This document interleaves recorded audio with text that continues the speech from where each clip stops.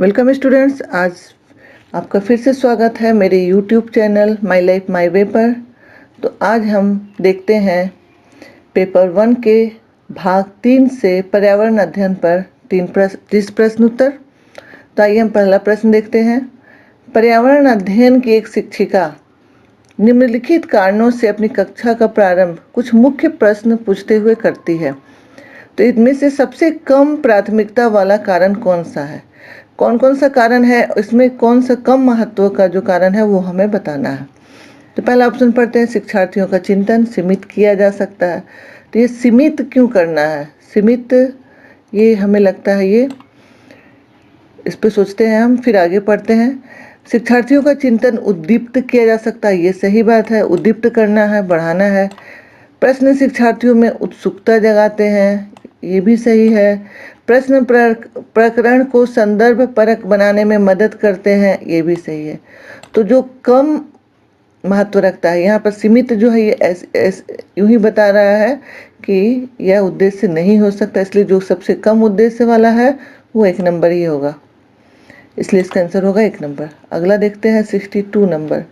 किसी क्रियाकलाप के लिए समूह बनाते हुए सामाजिक अध्ययन के शिक्षक को चाहिए कि वह ऑप्शन 1 सभी प्रतिभागियों की सहभागिता और सहयोग सुनिश्चित करे कि लड़के लड़कियों के समूह अलग अलग हों। यहाँ पर दोनों को फिर अलग करने की बात की गई है, इसलिए ये नहीं हो सकता। उनके अंकों के अनुसार समूह बनाए, बट बांटना यह प्रक्रिया कभी भी कारगर नहीं होती है। केवल 2 समूह बनाए और प्रत्येक में बहुत से विद्यार्थी हों, ये भी नहीं होगा, इसलिए इसका आंसर 1 नंबर ही होगा। सभी प्रतिभागियों की सहभागिता और सहयोग को सुनिश्चित करें। अगला हम देखते हैं 63। प्राथमिक स्तर पर पर्यावरण अध्ययन की पाठ्य पुस्तक में निम्नलिखित में से कौन सी विशेषता नहीं होनी चाहिए?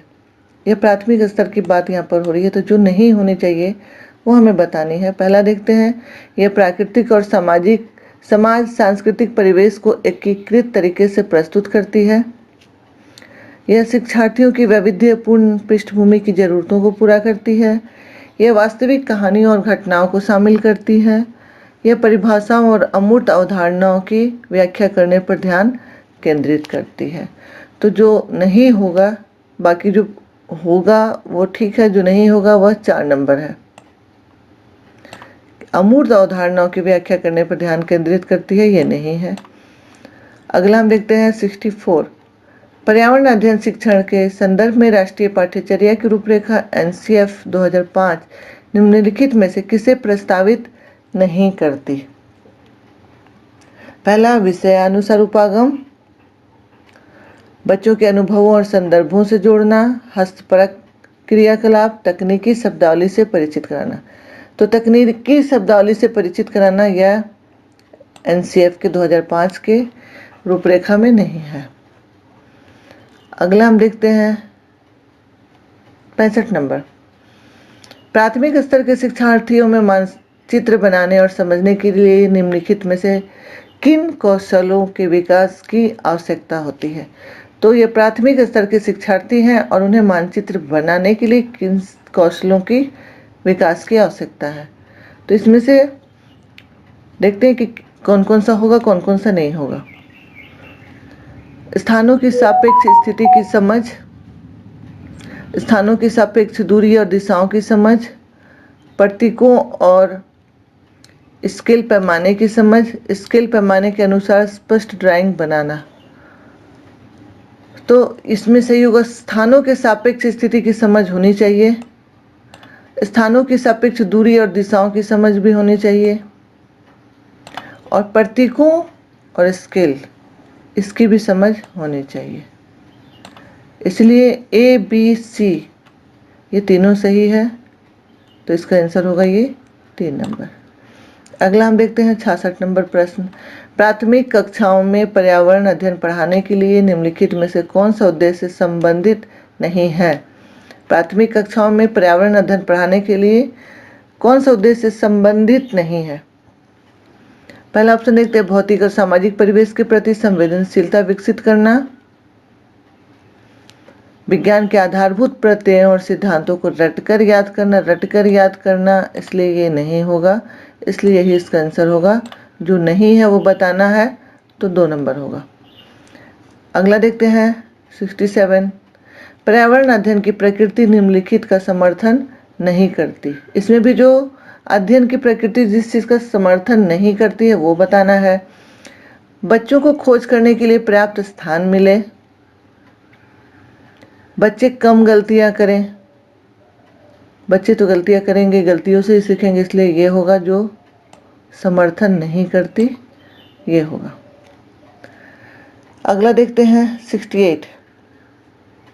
एक शिक्षिका ने कक्षा 4 के शिक्षार्थियों को पढ़ाने के लिए पौधे अंतर्वस्तु का चयन किया। अंतर्वस्तु है पौधे। उसे सीखने के लिए निम्नलिखित अवसर प्रदान किए। उसने सीखने के लिए निम्नलिखित अवसर प्रदान किए। तो कौन कौन से अवसर प्रदान किए? तो इनमें जो एक से ज़्यादा होगा उसे बताना होगा। समूहों में पत्तियों का संग्रह करना, पत्तियों के आकार, स्वरूप और अन्य विशेषताओं पर चर्चा करना, अपना वनस्पति संग्रहालय बनाना। इस प्रकार की गतिविधियों हेतु शिक्षिका को किस बात के लिए सबसे अधिक प्रोत्साहन नहीं देना चाहिए? इन तीनों चीज़ों की परिचर्चा के लिए किस बात पर अधिक प्रोत्साहन नहीं देना चाहिए? तो पहला देखते हैं बच्चों की परस्पर क्रिया, अवलोकन और सहयोग। ये तो करना चाहिए। जितनी अधिक पत्तियों के बारे में संभव हो उतना उनके नाम याद करने में बच्चों की पहल, बच्चों के द्वारा कार्य का विस्तार, बच्चों का निरंतर गतिविधि में लगे रहना। तो जो नहीं होना चाहिए उसमें ये होगा कि जितनी अधिक पत्तियों के बारे में संभव हो उतना उनके नाम याद करना, इसकी ज़रूरत नहीं है। उन्हें समझना ज़्यादा ज़रूरी है, ना कि रटना। इसलिए इसका आंसर ये 2 नंबर है। अगला हम देखते हैं 69। शिक्षार्थियों का आकलन करते समय पर्यावरण अध्ययन की शिक्षिका को निम्नलिखित में से क्या नहीं करना चाहिए? आकलन करते समय शिक्षार्थियों का एक पर्यावरण अध्ययन की शिक्षिका को क्या नहीं करना चाहिए? पहला ऑप्शन देखते हैं बच्चों के कार्य से संबंधित गुणात्मक उल्लेख करना, बच्चों के पूर्व आकलन के साथ तुलना करना, शिक्षार्थियों को की सीखने की क्षमताओं को ध्यान में रखकर सूचना दर्ज करना, बच्चों के कार्य के केवल कुछ पक्षों पर ध्यान केंद्रित करना। ये होगा जो नहीं करना चाहिए। कुछ पक्षों पर ध्यान केंद्रित करना ये नहीं होना चाहिए, इसलिए इसका आंसर होगा ये 4 नंबर। अगला हम देखते हैं 70 नंबर। प्राथमिक स्तर पर पर्यावरण अध्ययन में समुदाय सीखने सिखाने का एक महत्वपूर्ण संसाधन है, क्योंकि क्यों है ये बताना है।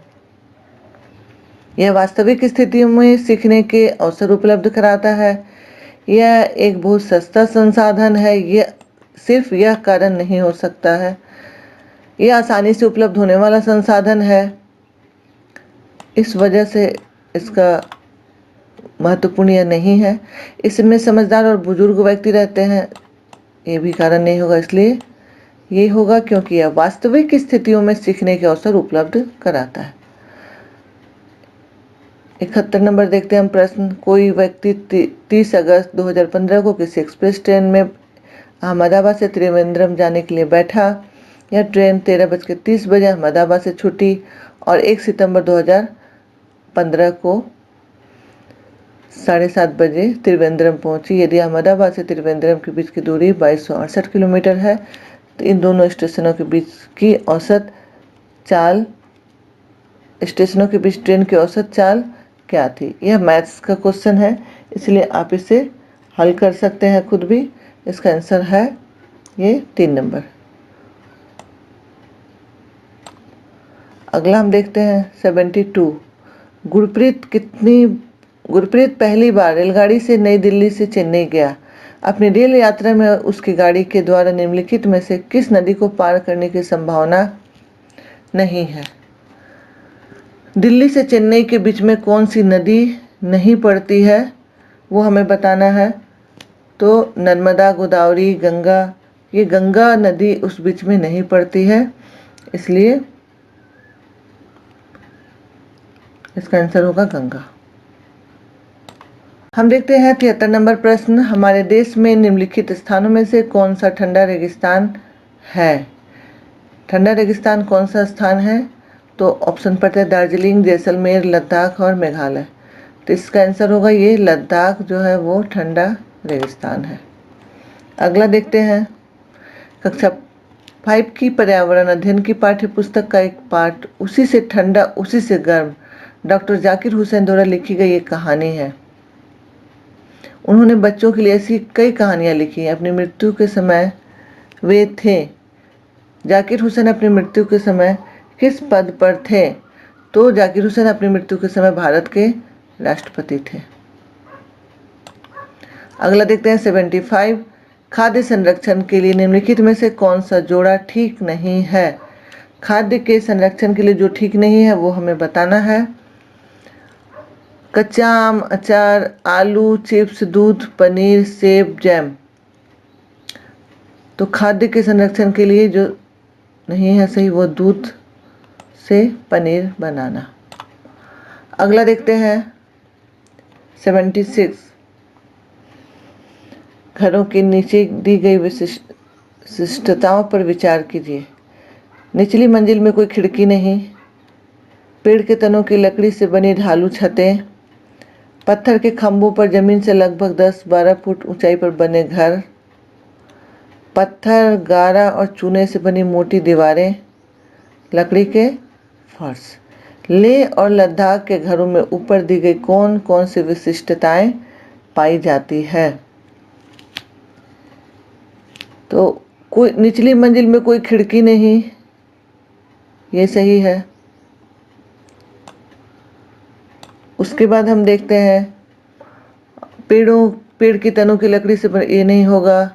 पत्थर के खंभों पर जमीन से लगभग 10-12 फुट ऊंचाई पर बने घर, ये भी नहीं होगा। पत्थर, गारा और चूने से बनी मोटी दीवारें, ये है। लकड़ी के फर्श, ये भी है। तो इस ADE जिसमें होगा, यानी ये 4 नंबर इसका आंसर होगा। अगला हम देखते हैं 77, निम्नलिखित का अध्ययन कीजिए। कौवा पेड़ की ऊंची डाल पर अपना घोंसला बनाता है। इस घोंसले को बनाने में कई प्रकार की चीजें, यहाँ तक कि लकड़ी की शाखाएं और लोहे के तार भी होते। एक चालाक पक्षी भी है जो अपना घोंसला नहीं बनाता और कौवे के घोंसले में अंडे दे देता है। बेचारा कौवा अपने अंडों के साथ इन अंडों को भी सेता है। तो कौन ऐसा पक्षी है जो इनके घोंसले में अंडे दे देता है?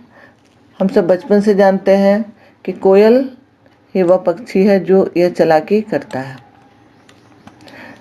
इसीलिए अक्सर हमने देखा है कि जब उसके बच्चे बड़े हो जाते हैं और वो अपनी माँ के साथ उड़ जाते हैं तो फिर कौवा जो है कोयल को उसे दौड़ाता रहता है। अगला हम देखते हैं, निम्नलिखित में से कौन बीज नहीं है? जो बीज नहीं है उसे हमें बताना है। तो सौंफ बीज है, सौंफ बीज है। गेहूं भी बीज है, काली मिर्च भी बीज है, लेकिन साबूदाना बीज नहीं है। इसीलिए इसका आंसर होगा ये 4 नंबर। रेहाना अपने परिवार के साथ केरल जाती है। वहाँ उसे ऊंचे वृक्ष दिखाई पड़ते हैं जो उसके गृह नगर शिमला के ऊंचे वृक्षों से भिन्न है। उसने केरल में कौन से वृक्ष देखे होंगे? तो केरल में जो वृक्ष ज़्यादा पाया जाता है, नारियल ज़्यादा केरल में, साउथ में मिलता है, इसलिए नारियल होगा। अगला देखते हैं 80 नंबर, बच्चों के द्वारा सब्जी बाजार से इकट्ठी की गई निम्नलिखित सामग्री में से उन्हें पहचानिए जिनके भीतर बीज होते हैं। तो किन किन चीज़ों के भीतर बीज होते हैं वह देखना है। आलू के भीतर बीज नहीं होते, टमाटर के भीतर बीज होते हैं, नाशपाती में भी बीज होते हैं, चीकू में भी बीज होते हैं, भिंडी में भी बीज होते हैं, करेला में भी बीज होते हैं, प्याज में बीज नहीं होते, खीरा में बीज होते हैं। तो इसमें आलू और खीरा, प्याज, इन्हें इस छोड़कर जो होगा, यानी ये हमारा इससे मिलाना होगा, तो 4 नंबर आंसर होगा इसका। अगला हम देखते हैं, नीता आंध्र प्रदेश जाती है और 2 साड़ियाँ खरीदती है जो खास तौर पर वहीं बनाई जाती है, वे क्या कहलाती हैं? तो आंध्र प्रदेश में बनाई जाने वाली जो साड़ियाँ हैं उसके बारे में आपको पहले से नॉलेज होना चाहिए। तो आंध्र प्रदेश में बनाई जाने वाली साड़ी है पोचमपल्ली और कलमकारी। अगला देखते हैं हम, निम्नलिखित में से कौन सी बीमारी रुके या इकट्ठा हुए पानी से हो सकती है। रुके हुए पानी से कौन सी बीमारी हो सकती है? तो जिसमें मच्छर पलते हैं, क्योंकि पोलियो, निमोनिया, चेचक ये जीवाणु से होते हैं और ये मच्छर से होने वाली बीमारी है, इसलिए मलेरिया रुके हुए पानी से हो सकती है। 83 नंबर क्वेश्चन हम देखते हैं, निम्नलिखित में से कौन सा जोड़ा ठीक है? जो जोड़ा सबसे सही है उसके बारे में हमें बताना है। तो कथक जो है वह कर्नाटक का मुख्य नृत्य नहीं है, ये केरला का है। असम बिहू ये सही लग रहा है, बिहू जो है वो असम का ही लोक नृत्य है। और यहाँ भरतनाट्यम और लावणी के बारे में दिया गया है, ये तमिलनाडु और महाराष्ट्र के हैं, इसलिए यह जोड़ा सही है। अगला हम देखते हैं 84 एस्किमो अपने घर इग्लू का निर्माण बर्फ से करते हैं, इसका क्या कारण है? तो कारण क्या ऑप्शन पढ़ते हैं, ध्रुवीय क्षेत्रों में केवल बर्फ ही उपलब्ध है, बर्फ ठंडी हवा और पानी को अंदर नहीं आने देती, बर्फ की दीवारों के बीच मौजूद हवा अंदर की गर्मी को बाहर जाने से रोकती है और बर्फ मुफ्त में मिलती। तो ये अंदर की हवा को, गर्म हवा को बाहर जाने से रोकती है। जिस तरह से हम लोग रजाई का इस्तेमाल करते हैं और रजाई का काम उस तरह का होता है कि वह अंदर की हवा को, गर्म हवा को अंदर ही रखती है, वही काम यह इनकी बर्फ से बना घर भी करता है। अगला हम देखते हैं 85, निम्नलिखित में से कौन सी विशेषता बरगद के पेड़ की जड़ों की नहीं है? जो नहीं है वो बताना है। तो जड़ें खंभों की तरह पेड़ को सहायता प्रदान करती हैं, जड़ें शाखाओं के से नीचे लटकती है, ये भी सही है। इसमें जमीन के भीतर जड़ें होती हैं, ये भी सही है। जड़ें भोजन का भंडारण करती हैं, ये नहीं है, इसलिए इसका आंसर होगा ये 4 नंबर। अगला हम देखते हैं 86, एक नवनियुक्त पर्यावरण अध्ययन के शिक्षक के रूप में पढ़ाने से पहले आपकी सबसे पहली प्राथमिकता क्या होगी?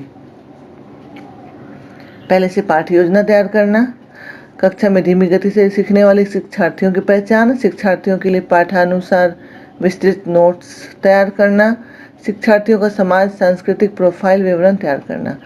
यहाँ पर इसका आंसर 4 नंबर होगा, क्योंकि शिक्षार्थी के बारे में टीचर को पहले से एक आइडिया होना चाहिए, उस हिसाब से उसे अपने पढ़ाने का तरीका सेट करना है, इसलिए सबसे पहले ज़रूरी ये है।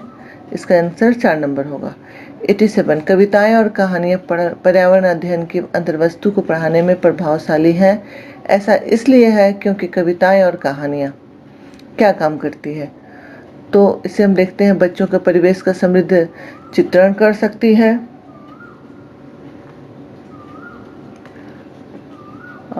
ये सही है। संदर्भित अधिगम परिवेश प्रदान कर सकती हैं, अधिगम परिवेश को थोड़ा आनंददायक करती है, तो अधिगम परिवेश प्रदान करती है, ये सही होगा। विभिन्न अमूर्त अवधारणाओं की प्रभावशाली तरीके से व्याख्या कर सकती है, ये नहीं होगा। सृजनात्मकता एवं सौंदर्य बोध का पोषण करती है, ये भी सही है, इसलिए ए बी और डी जहाँ होगा ये होगा। इन प्रश्नों के ये ऑप्शंस को आपको बहुत ध्यानपूर्वक पढ़ने होंगे। अगला हम देखते हैं 88, कक्षा 5 की शिक्षिका के रूप में आप ईंधन के संरक्षण प्रकरण को पढ़ाने के लिए निम्नलिखित में से किस संसाधन के उपयोग को सर्वश्रेष्ठ पाते हैं? तो इसका पहले हम पढ़ते हैं पाठ्य पुस्तक, संदर्भ पुस्तकें, पोस्टर, समाचार पत्र। हम देखते हैं इसका आंसर समाचार पत्र होगा, क्योंकि समाचार पत्र को माध्यम बनाना ज़्यादा उपयुक्त होगा।